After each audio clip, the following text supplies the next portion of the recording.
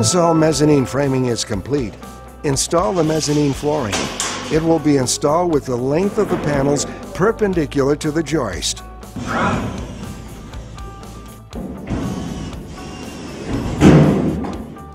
When installing the flooring, it will be attached to the mezzanine joist. If using plywood, special wood-to-steel self-drilling screws will need to be used. For exact requirements on placement and number of fasteners, refer to the engineering plans.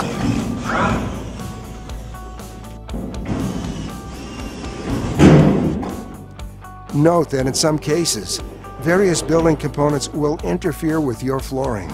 In these cases, you will need to adjust the flooring so that the framing of the building is not altered.